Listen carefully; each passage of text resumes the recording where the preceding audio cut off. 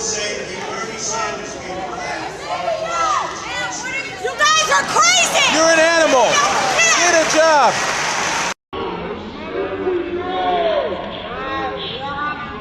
To say something like that to myself and all of my colleagues is way out of line. It's way out of line. It's way out of line. Regular order, Mr. Way out of line.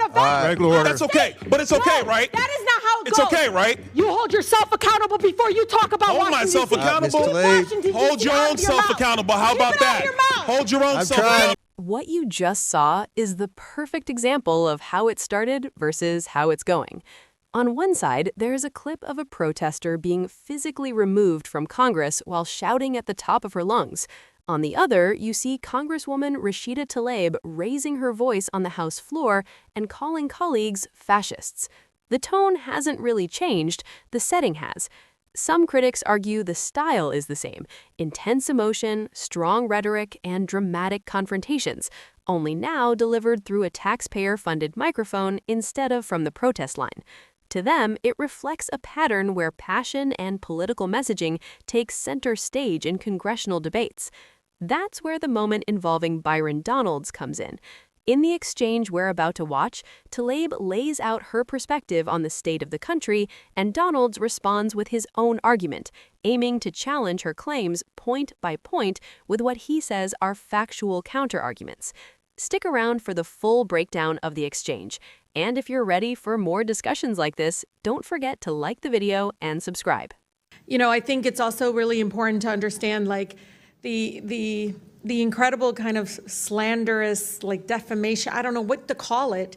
They're just burying Washington, D.C. You just heard them speak about our nation's capital in that way, in a way that I feel very much like that's not what I see. I see people walking around with their families, people enjoying time to see these beautiful, incredible, beautiful monuments and everything. And there's a pride here, too. And so I just want to bring the D.C. residents into this committee, because I feel like they are being made invisible. And this really ugly picture that is not reflective. And I'm from Detroit. I've seen it happen to my city. And it's despicable in a way that I feel like really goes up against our values. You know, one of the things that I know in every abuse of power that, we let President Trump and the administration get away with in D.C., it will be replicated. It will be expanded across the country, and it is going to tear apart our communities. Mr. Jackson, I talked to you about a little bit about this, but I think it's important to understand that we do have a mental health crisis, that we have a housing crisis, affordability crisis. Can you police any of those away? No. You can't police away homelessness. And the way they talk about our homeless neighbors is no wonder there's violence increasing towards homeless neighbors. I see it already, the brutality of it. When we see housing costs go up, when we see, again, the lack or dismissiveness of the mental health crisis that we continue to grow. And it's not just this administration, and the previous administrations as well. No one has moved with the urgency that is needed. Just last week, the committee approved over a dozen bills regarding Washington, D.C. And, I'm just curious. Criminalize children. My colleague from Boston talked about this. It basically interfered with legislation already passed by the local government. Was anyone on this panel consulted? Any of you? Raise your hand if you were consulted on any of these bills. Yeah. We were not. One of the things that, AG, I've been listening to you. One of the bills actually eliminates your position completely. What effect would that have? Completely eliminating your position in regards to be able to do the job that you do to protecting all the families in Washington, D.C. We'll start with the fact that more than 70% of the residents of the District of Columbia overwhelmingly voted for having an independent elected Attorney General. That's right. And that's a recognition of the fact that when an Attorney General is directly accountable to the people, directly responsive to the people, we are much better at doing our job in terms of addressing housing affordability and conditions and slumlords, seniors and consumers who are being scammed, addressing the issues that are most important to D.C. residents, because I am accountable to them. I read wage theft is an issue, workplace discrimination. There's a number of issues that need to be addressed, and they're not going to address that. They want to paint you all as this ugly, dark, all just out in the street. I mean, the way, it's just unbelievable because they all live here.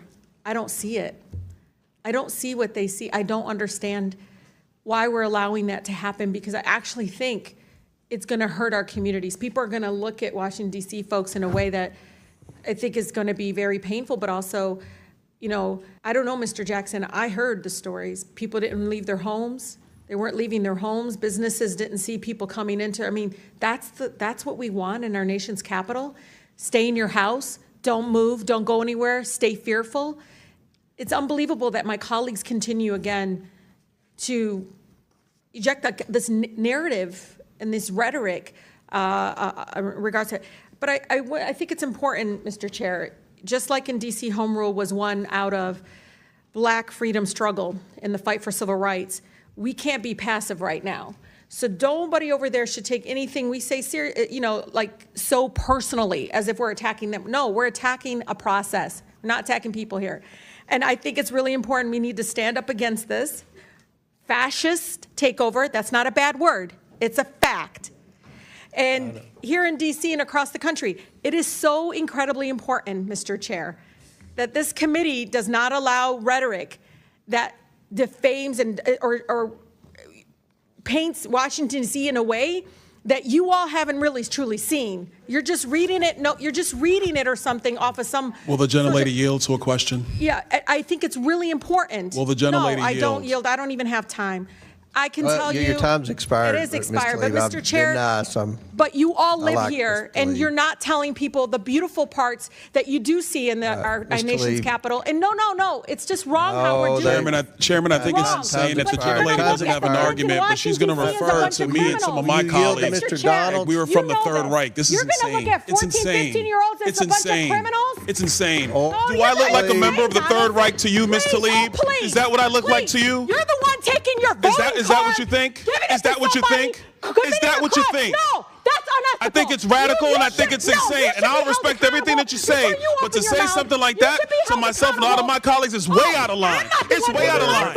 It's way out of line. Regular order, Mr. Way out of line. Regular order. That's okay. But it's okay, right? That is not how it goes. It's okay, right? You hold yourself accountable before you talk about Hold Washington, myself D.C. accountable. Mr. Tlaib. Hold your own self accountable. How about that? Hold your own I'm self trying, accountable. Mr. How about Tlaib. that? Thank you, Chairman. This is my third term on the Oversight Committee. We've been talking about illegal immigration and oversight the entire time. I remember we had a group of this committee that went down to the El Paso section of the border. This was back in February, March of 2021. And during that time period, we were at one of the holding centers, and there were these buses that were coming to the detention facility, and they were picking up 30 kids, 50 kids at random, walking out of the facility. And when I went over to question the bus driver that was transporting these kids, border agents told me, as a member of Congress, that you're not allowed to question the bus driver. And of course, people knowing me, I didn't take no for an answer, and I repeated the question. And I was told that this bus of children was leaving El Paso and going to San Diego. And so what was occurring under the Biden administration is that they were busing unaccompanied minors all across the United States for one reason and one reason only. And that was because they did not want the press to see the pictures of kids in cages. They did not want to see our borders being overrun. They wanted to disperse that problem all through the United States. That is the reckless history of illegal immigration under Joe Biden and the Democrat Party. Mayor Johnston of Denver, you lamented earlier that there were 10 to 11 buses coming per day to your city. Did you ever talk to Joe Biden about why this was happening to your community? Thank you, Congressman. I both reached out to Governor Abbott from Texas. He didn't respond, and I did. Why would you reach out to Governor Abbott of Texas when it is Joe Biden, the former commander-in-chief, that opened up our borders? Why didn't you talk to him? Well, our buses directly were being sent from Governor Abbott in Texas, so that was why we reached out to say we're happy to collaborate on a coordinated entry system. We understand no one state or no one city should bear the entire brunt of this, but let's collaborate. But I did. So I'm glad you said that, because that brings me to my next point. Governor Abbott and Governor DeSantis, when they started moving illegal aliens out of their states who were bearing the brunt of what Joe Biden and Kamala Harris were doing, and they've sent them to Denver, They sent them to Chicago. They sent them to New York. They sent them to Martha's Vineyard. The reason why they did that is because you four could hide behind the realities of illegal immigration on border towns all through our country and on cities and states who did not want to see illegal immigration, but did not have the political representation to go to the White House. And only when it showed up on your doorstep did you get upset. Mayor Johnston, coming back to you, how much did your city spend on illegal immigration? Do you have a round number? Over the last couple of years on all newcomers, whatever their status was, it's around $79 million since 2022. $79 million. Mayor Johnson, Chicago. How much has the city of Chicago spent on illegal immigration? If you're referring to the 2022 up to 2024 of the buses coming from Texas, roughly the same percentage of the state of Texas, about 1% of our overall budget. What is that? Because we don't have the city's budget in front of me. Numbers. It's 1%, and if you want the actual calculation, we can make sure someone. You're the mayor. You don't have the math in front of you. It's 1% of the overall budget over the last 4 years. That's why you're a failing which mayor. is Mayor the same Adams, number that how was much did sent the city from us of New York from the actually state spend of on Texas. illegal immigration? Mayor Johnson, I already asked you. You don't have a hard number, and if you don't have a hard number, you're not running your city well. Mayor Adams, how much did the city of New York actually spend on illegal immigration? $6.9 billion of taxpayers' dollars. $6.9 billion of taxpayer money on a problem that was fostered on the American people. Mayor Wu, in the city of Boston, how much did you spend?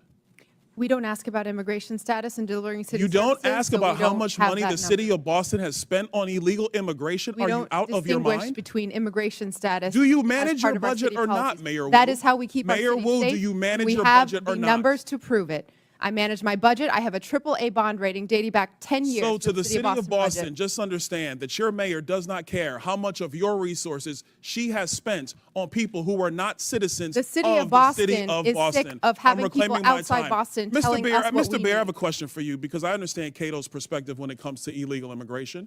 I understand that the Cato Institute for a long time has had a standard of actually having open immigration into the United States. Generally speaking, I don't want to get into specifics. We support legal immigration. We want immigration to be legal. So let me ask you this question, because one of the great libertarians of the modern era, Milton Friedman, famously said, you can either have open borders or a welfare state, but you have to choose. Mr. Beer, what do you choose? Milton Friedman said he wanted to allow illegal immigration to continue. I disagree with Milton Friedman's position on that. We should have legal immigration and build a wall around the welfare state, not around the country. That's in the best interest of taxpayers. And I would argue that under the current system where you have sanctuary cities popping up, it is not possible to build that wall. So America has to choose, Mr. Beer, you're done. America has to choose between securing our nation or protecting the taxpayer. I choose secure the nation. I yield back. Wow. Just wow.